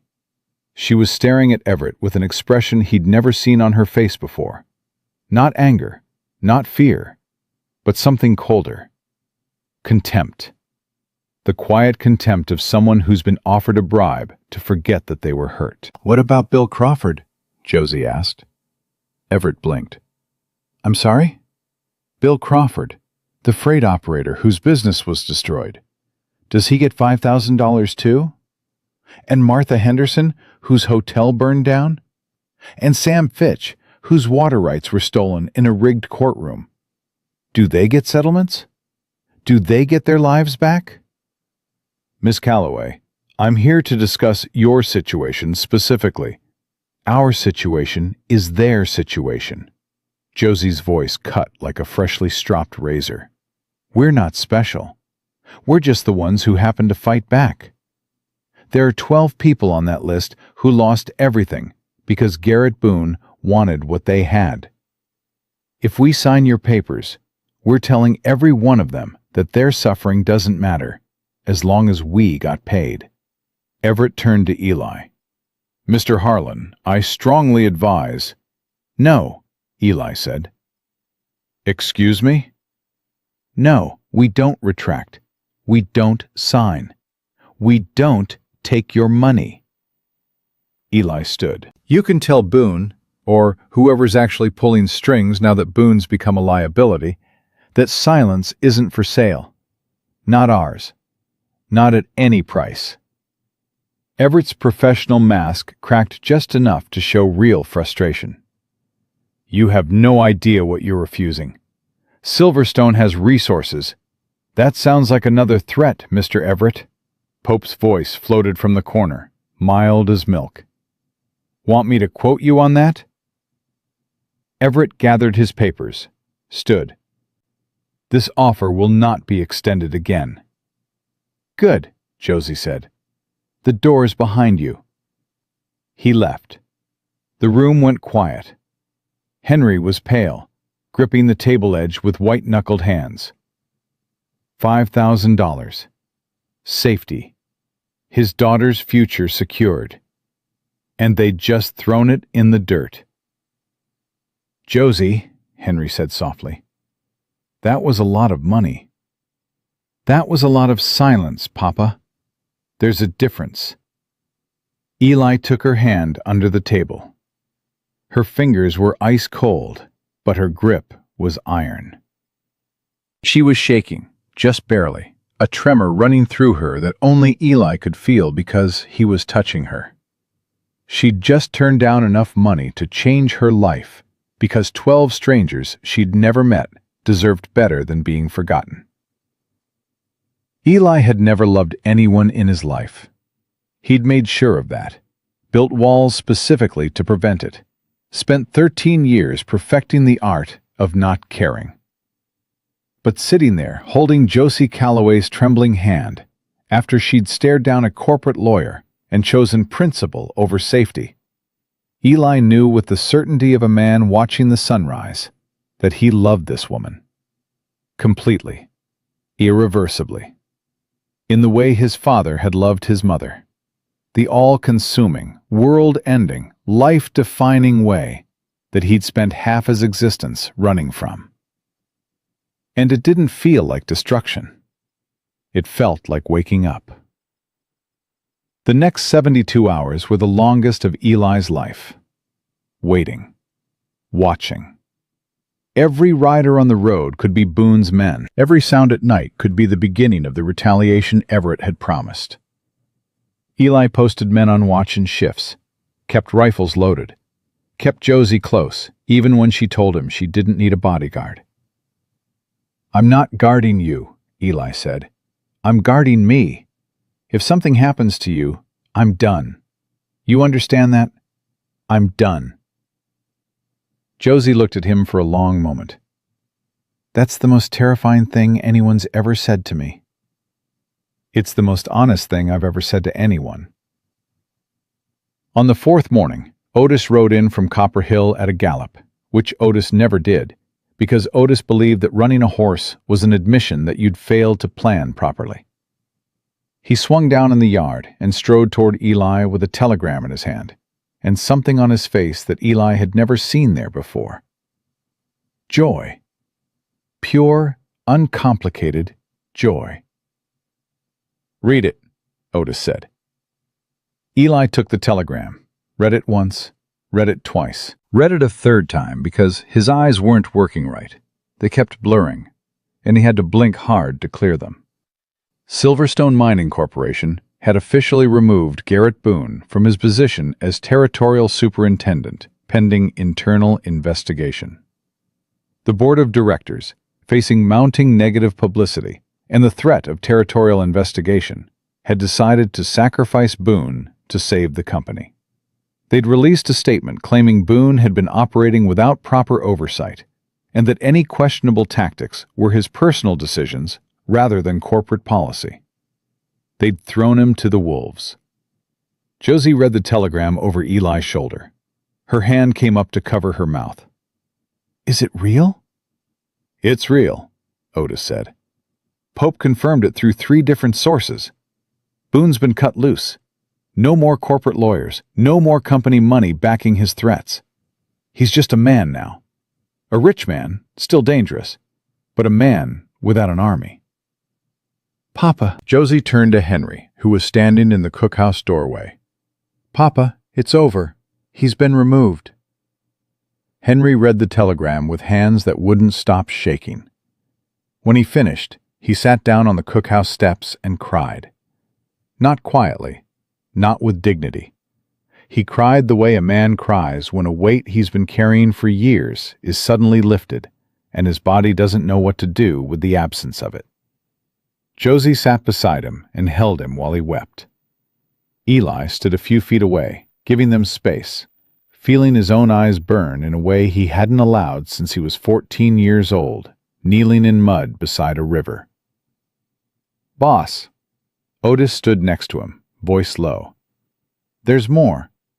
Pope says the territorial investigation has already turned up evidence of multiple violations. Criminal charges likely against several Silverstone employees.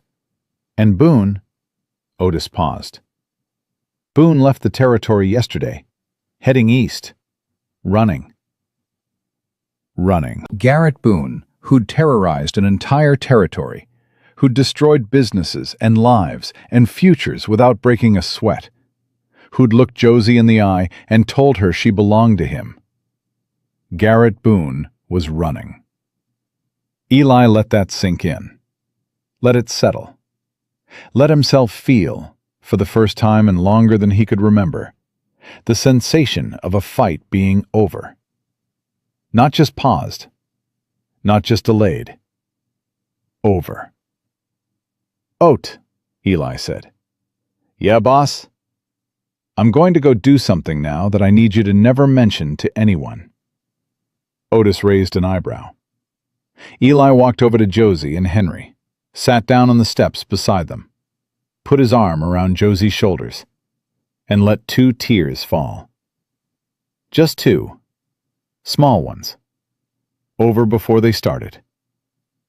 But Josie saw them, reached up and caught one with her thumb, looked at him with those amber eyes that had seen through him from the first second they'd met. "Elijah Harlan," she whispered. "Are you crying?" "No." "Looks like crying." "It's dust." "There's no dust. You're on wooden steps." "Then it's allergies." Josie laughed, really laughed, the kind that comes from somewhere deep and means the world isn't ending after all. And she leaned into him and pressed her face against his neck and laughed until she cried and cried until she laughed. And Eli held her through all of it. This woman who'd walked into his cookhouse and burned his fortress to the ground and built something better in its place. Henry wiped his face and looked at the two of them with an expression that mixed exhaustion and relief and the dawning realization that his daughter had fallen in love with a cowboy who didn't know how to hang curtains. "Mr. Harlan," Henry said. "Sir, you turned down $5,000 from my daughter." "I turned down $5,000 for what was right. Your daughter was a bonus." Henry stared at him. Then he laughed, a rusty, creaking sound, like a door opening that had been shut too long. "I think I like you." "Don't push it," Eli said. But he was almost smiling, and Josie was still pressed against his side, and the telegram was still in his hand, and somewhere east of here, Garrett Boone was running from the wreckage of his own cruelty. Tommy Dawson appeared in the yard, saw the 3 of them sitting on the cookhouse steps, saw Josie's tear-streaked face and Eli's arm around her, and Henry's rusty smile. "Did something good happen?" "Something good happened," Otis said from behind him. "Does this mean Miss Josie's staying?" Eli looked down at the woman in his arms. Josie looked up at him. And in the space between their faces, close enough to share breath, a question passed that didn't need words, and an answer came back that didn't need them either. "Yeah, Tommy," Eli said. "She's staying." Tommy whooped loud enough to spook the horses. The crew came running from every direction, and within 5 minutes, the whole story was out, and 8 cowboys were celebrating in the yard like they'd won a war. Which, in a way, they had. Otis stood apart from the celebration, watching with that quiet satisfaction of a man who'd seen the outcome before anyone else. Eli caught his eye across the yard. "Don't say it, Ot." "Say what, boss?" "Whatever you're thinking." Otis grinned. "I was just thinking, it's a fine day for curtains." Eli shook his head. But he was smiling. Really smiling. The kind of smile that changes a face, because it comes from a place that hasn't been used in so long it almost forgot how. And sitting on those cookhouse steps, with Josie's hand in his, and his crew celebrating around him, and the sun warming the land he'd bled for, Eli Harlan felt something he hadn't felt since he was 11 years old, sitting in his mother's kitchen, with yellow curtains catching the light. He felt home. 3 weeks after Garrett Boone fled Montana Territory, Eli Harlan did something he'd never done in his entire adult life. He walked into the general store in Copper Hill and bought curtains. Yellow ones. The woman behind the counter, Mrs. Pemberton, looked at him like he'd asked for a live alligator. "Curtains," she repeated. "Yellow ones," Eli said again.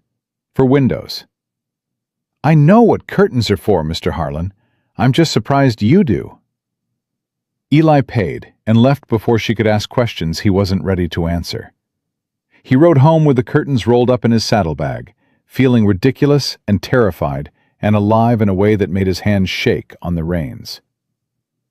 Josie was in the cookhouse when he got back. She was always in the cookhouse. It was her kingdom, her territory, the place where she'd built something out of flour and fire and sheer stubborn will. Eli walked past the window and she looked up, saw the fabric under his arm, and went very still. He didn't stop. Didn't explain, just went into his house, their house eventually, if he could find the nerve to ask, and hung those curtains himself. It took him 40 minutes because he'd never hung curtains in his life, and he bent 3 nails and hit his thumb twice, and swore loud enough that Otis came over from the bunkhouse to make sure nobody was dying. "What in the name of—" Otis stopped in the doorway, looked at the curtains, looked at Eli, looked at the curtains again. "Not a word, Ot." "Wouldn't dream of it, boss." Otis's voice was steady, but his eyes were wet. He turned and walked away without saying anything else, and Eli loved him for it. When the curtains were hung, crooked, imperfect, absolutely the most beautiful things Eli had ever put on a wall, he stood back and looked at them. Yellow fabric and clean windows, catching the afternoon light, turning the room from a box into something his mother would have recognized. A home. Not yet, but the beginning of one. They're crooked. Eli turned. Josie stood in the doorway, arms crossed, studying the curtains with the same critical eyes she used to assess undercooked biscuits. "I know they're crooked. The left one's about 2 inches lower than the right." "I know. And you've used horseshoe nails, which are going to rust." "Josie, they're perfect." Her voice cracked on the word. She crossed the room in 4 steps and threw her arms around him, and Eli caught her and held on, his face buried in her hair, breathing in the scent of bread and cinnamon, and the woman who'd taught him that walls were meant to have windows, and windows were meant to have curtains, and a man who lived without them wasn't really living at all. "I love you," Eli said. The words came out raw and clumsy, like a language he'd never spoken, trying to form sounds his mouth didn't know how to make. He'd never said those words to anyone, not once in 27 years. They felt foreign and terrifying, and absolutely, unquestionably true. Josie pulled back to look at him. Her amber eyes were full of tears and light. "Say it again." "I love you." "One more time, so I know you mean it." "Josephine Calloway, I love you. I have loved you since you handed me a bowl of stew and told me where you keep your shotgun. I will love you until they put me in the ground, and probably after that too, because I reckon even death can't fix what you've done to me." Josie laughed through her tears. "That's the worst declaration of love I've ever heard." "It's the only one I've got." "Then I'll take it." She kissed him, not gentle, not careful. She kissed him like a woman who'd been waiting for a man to stop being afraid. And Eli kissed her back, like a man who'd finally figured out what he'd been afraid of losing, and decided it was worth every risk he'd ever imagined. When they broke apart, breathless, foreheads touching, Eli said, "I need to talk to your father." I know. He's going to make this difficult. He's going to cry, Eli. My father cries at everything now. He cried when the territorial investigator told him his building was in compliance. He cried when Sally Patterson baked him a cake. He's going to absolutely fall apart. Great. Looking forward to it. Josie laughed again, and Eli decided right then that he would spend the rest of his life trying to make that sound happen as often as possible. He rode to Copper Hill the next morning, found Henry in the boarding house kitchen, the same kitchen where Eli had first tasted Josie's stew and felt his carefully constructed world start to come apart at the seams. Henry was washing dishes, humming something off-key, looking 10 years younger than he had 3 weeks ago. "Mr. Calloway!" Henry turned, read Eli's face, set down the dish he was holding very carefully, like a man who knows the next few minutes are going to change everything. "Mr. Harlan." "I'd like to marry your daughter, sir." Henry stared at him. Eli stood there, hat in his hands, feeling like he was 14 again, and the world was too big and he was too small, and everything that mattered was balanced on the next words someone else decided to say. "Sit down," Henry said. Eli sat. Henry poured 2 cups of coffee, set one in front of Eli, sat across from him, took a sip, took another, set the cup down. "You turned down $5,000, Henry said. "Yes, sir." "You could have taken that money and walked away clean. Could have signed those papers, retracted everything, and Boone would have left you alone. You'd have your ranch, your water rights, your crew, everything you'd spent years building, safe and secure." "Yes, sir." "But you didn't." "No, sir. Because of my daughter." Eli thought about that. Thought about it honestly, the way Josie had taught him to be honest, stripping away the comfortable lies to get at the hard truth underneath. Partly, but also because of Bill Crawford and Martha Henderson and every other person on that list who deserved better than being forgotten. And because of you, sir.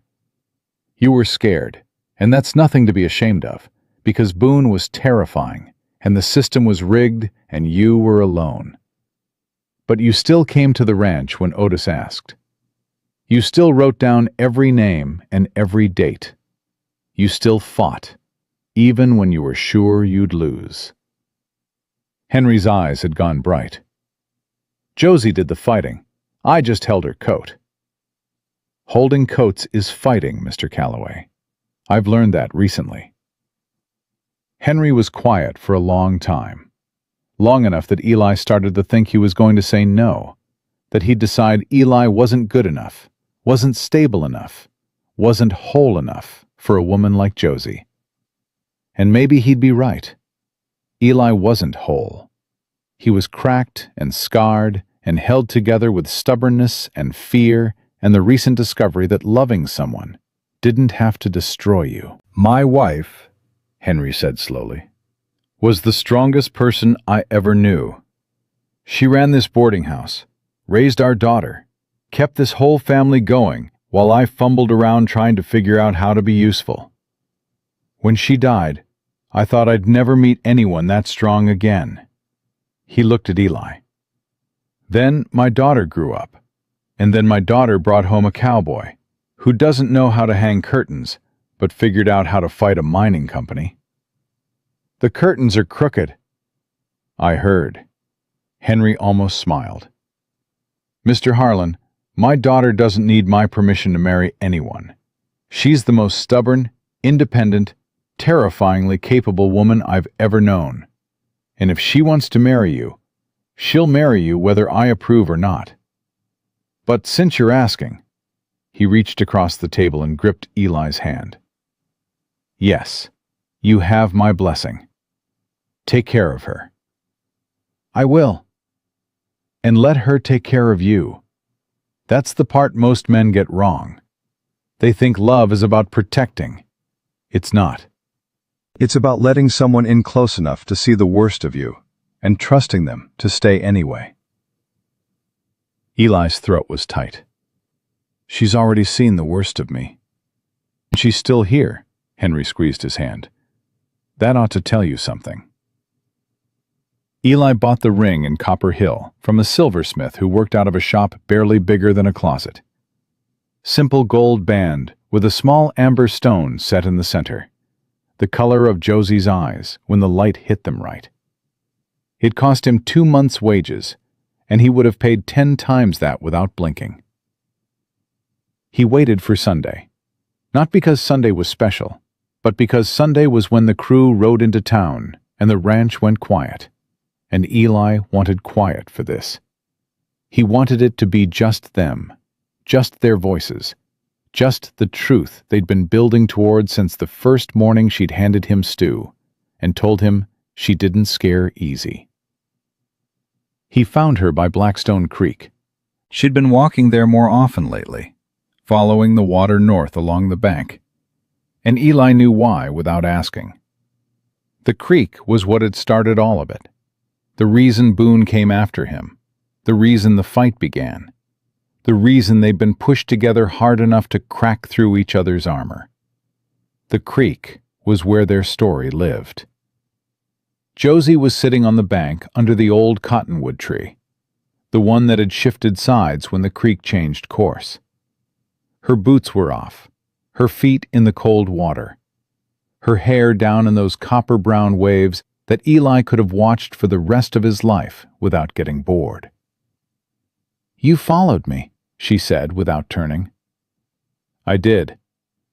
"You're not subtle, Elijah. I heard your boots from 50 yards. Eli sat down beside her. The creek ran past them, cold and clear, the sound of it filling the spaces between words. He reached into his pocket and felt the ring there, small and warm, the most important thing he'd ever held. "Josie. I need to tell you something." She turned to look at him, those amber eyes, steady and unafraid, the same eyes that had sized him up in her mother's kitchen and found him wanting, the same eyes that had seen through every wall he'd built and decided to walk through anyway. "6 months ago," Eli said, "I was a man living in a house without curtains.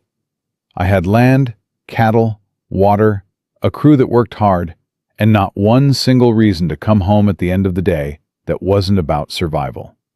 I'd built everything I had by making sure I never needed anyone, never depended on anyone, never cared about anyone enough to be hurt when they left." "Eli, let me finish, please." His voice cracked, and he didn't try to hide it. "You walked into my cookhouse, and you made me want things I'd spent half my life swearing off. You made me want mornings with someone, evenings with someone. You made me want to argue about crooked curtains and eat dinner at the same table every night and know that when I wake up at 3 in the morning from a bad dream, there's someone next to me who knows my name." Josie's eyes were bright now, tears catching the light. "We fought a man who wanted to destroy us," Eli continued. "We stood up when everyone said we'd get knocked down. We turned down money and safety and the easy way out because you taught me that some things matter more than being comfortable. You taught me that, Josie. You taught a man who'd forgotten how to feel that feeling was the whole point." He pulled the ring from his pocket, held it up between them. The amber stone caught a shaft of sunlight and threw warm sparks. "I don't have $5,000. I've got 1,800 acres and a creek that doesn't stay where it's supposed to, and 8 cowboys who eat too much, and a house with crooked curtains. I've got scars and fears and a dead man's grief that I'm still learning how to put down. But I've got a heart that works again because you fixed it, and I want to give it to you, if you'll have it." Josie was crying, not the quiet, dignified kind, the messy, real kind, with tears running down her cheeks and her nose going red and her breath hitching in a way that made her whole body shake. "Josephine Calloway, will you marry me?" "Yes." The word came out broken and beautiful and immediate. No hesitation, no pause. Just yes. Like she'd been carrying the answer in her chest for weeks and was finally allowed to let it out. Yes, Eli. Yes. 1,000 times, yes. He slid the ring onto her finger. It fit perfectly, which seemed impossible, but also exactly right. Because nothing about Josie Calloway had ever been wrong for him. Not from the first second she'd turned around in that kitchen and looked at him like she could see everything he was trying to hide. She grabbed his face in both hands and kissed him hard. He tasted salt from her tears and sweetness underneath, and he held onto her like a man who'd finally found the shore after drowning for 13 years. "I love you," Josie said against his mouth. "I love you and your crooked curtains and your empty house that won't be empty anymore. I love your stubbornness and your fear, and the way you pretend you're not crying when you're absolutely crying." "I'm not crying." "Eli, your face is wet." "It's the creek." "We're 10 feet from the creek." "Spray." Josie laughed and cried at the same time and pulled him closer, and they sat there on the bank of Blackstone Creek, holding onto each other, while the water ran past them steady and sure, heading where it always headed, finding its own course, regardless of what the map said, or the lawyers argued, or the powerful men demanded. They were married 6 weeks later under an arbor that Tommy Dawson built, and Otis decorated with wildflowers he'd ridden 3 hours to find. Half of Copper Hill turned out, including Bill Crawford and Martha Henderson, and 4 other people from Henry's list, who'd come to see the couple that had broken Garrett Boone's grip on the territory. Henry walked Josie down the makeshift aisle. He was crying before they reached the second row, which Josie had predicted and Eli had been warned about. Otis stood as Eli's best man, wearing a clean shirt that Josie had pressed for him, and an expression of such deep, quiet joy that Eli had to look away to keep his composure. Marcus Pope came from Denver to cover it. His article ran the following week, with the headline Eli would frame and hang in the kitchen next to the crooked curtains. The rancher and the cook who took on a mining empire and won each other. Josie moved into the ranch house the day after the wedding. She brought plants and books and a set of kitchen towels embroidered with tiny flowers, and a cast-iron skillet that she said had been her mother's and was therefore not negotiable in terms of kitchen placement. Eli gave her every inch of space she wanted and found that his house, their house, transformed overnight from a place where he slept into a place where he lived. The crew adjusted without missing a beat. If anything, morale went from high to astronomical. Josie still cooked every meal, still ran the kitchen with that efficient grace that had captivated Eli from the first morning. But now she did it as the boss's wife, which gave her opinions on ranch operations a weight that she wielded with terrifying competence. "She's running this place," Hank Bishop told Eli one evening. "You know that, right?" "I know." "You okay with it?" "Hank, she runs it better than I do. I'm just smart enough to get out of the way." Otis's daughter Ruth came from Kansas that autumn. Josie had written to her, without telling Otis, and arranged the visit, paying for the stage ticket out of her own savings. When Ruth stepped off the stage in Copper Hill, 16 years old, and looking so much like her mother that Otis stopped breathing, the big man fell to his knees right there in the street and held his daughter and wept in a way that made every person watching understand that some distances are measured in years, not miles. Ruth stayed through winter, then through spring. Then she just stayed, taking a room at Henry's boarding house and helping Sally Patterson with the guests, and riding out to the ranch on weekends to eat Josie's cooking and listen to her father laugh in ways she'd never heard before. "You did that," Eli told Josie one night, lying in their bed in their house with their curtains glowing gold in the lamplight. "Otis and Ruth, you brought them back together." "I wrote a letter." Ruth did the brave part. You write a lot of letters. Someone has to. You'd communicate entirely in grunts if I let you. Eli pulled her closer. I love you. Grunt. That's not a grunt. Those are words. 3 words. Your entire emotional vocabulary. I've also learned please and thank you, and those biscuits are incredible. Progress. Josie nestled against him. Give it another 10 years, you might manage a full paragraph. Spring came early that year. The snow melted fast, feeding Blackstone Creek until it ran high and loud, and the grass came up green across 1,800 acres that felt different now. Not just land, not just property. Something more. Something that had people in it who mattered to each other, who'd fought for each other, who'd chosen to stay not because they had nowhere else to go, but because this was where they wanted to be. On a morning in late April, Eli stood on his porch with coffee in one hand and his other arm around Josie's waist. She was leaning against him, warm and real and present in a way that still made his chest ache with gratitude. Behind them, yellow curtains moved in the breeze through an open window. What are you thinking? Josie asked. That I almost missed this. All of it. Almost spent my whole life in an empty house because I was too scared to let someone in. But you didn't. Because you wouldn't let me. Eli kissed her temple. You walked into my cookhouse and refused to let me be alone. Stubborn woman. Someone had to be. You certainly weren't going to figure it out by yourself. Eli laughed. A real one. The kind that came from somewhere deep and warm and healed. Josie's hand moved to rest on her stomach, where the smallest change had started making itself known in the past few weeks. A tenderness, a fullness, a secret she'd been carrying until she was sure enough to share. Eli? Yeah? I have something to tell you. She took his hand and placed it on her belly, held it there, looked up at him with those amber eyes that had never once, not from the very first moment, looked away from the truth. Eli understood. The knowledge hit him like sunrise, sudden, total, warming everything it touched.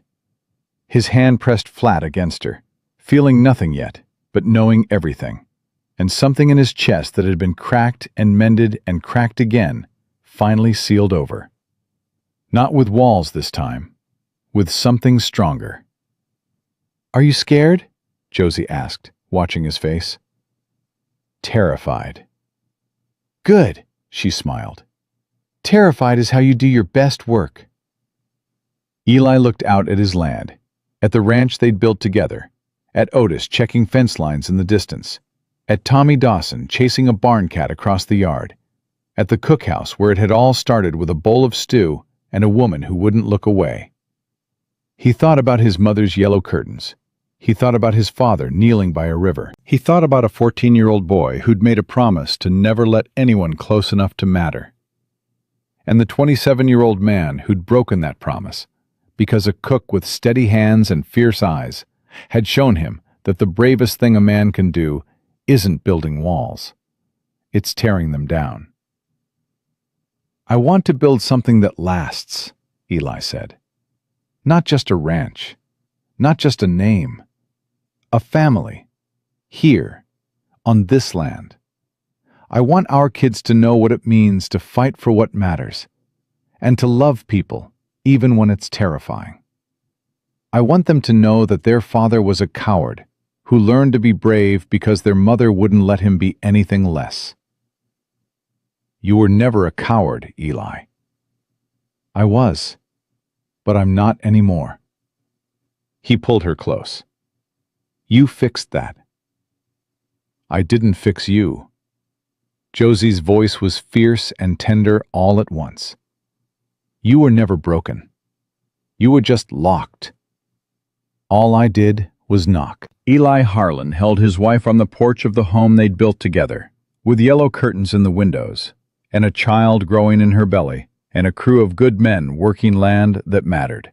And he understood something his father never had. Love wasn't a liability. Love wasn't the thing that destroyed you. Love was the only thing strong enough to save a man from himself. He'd spent 13 years building walls to keep the world out. It took one woman 6 months to show him that the world he was keeping out was the only one worth living in. And standing there with Josie's heartbeat against his chest and the future stretching out before them, wide and bright and terrifying and beautiful, Eli Harlan knew the one thing he'd been too afraid to believe for most of his life. He was home.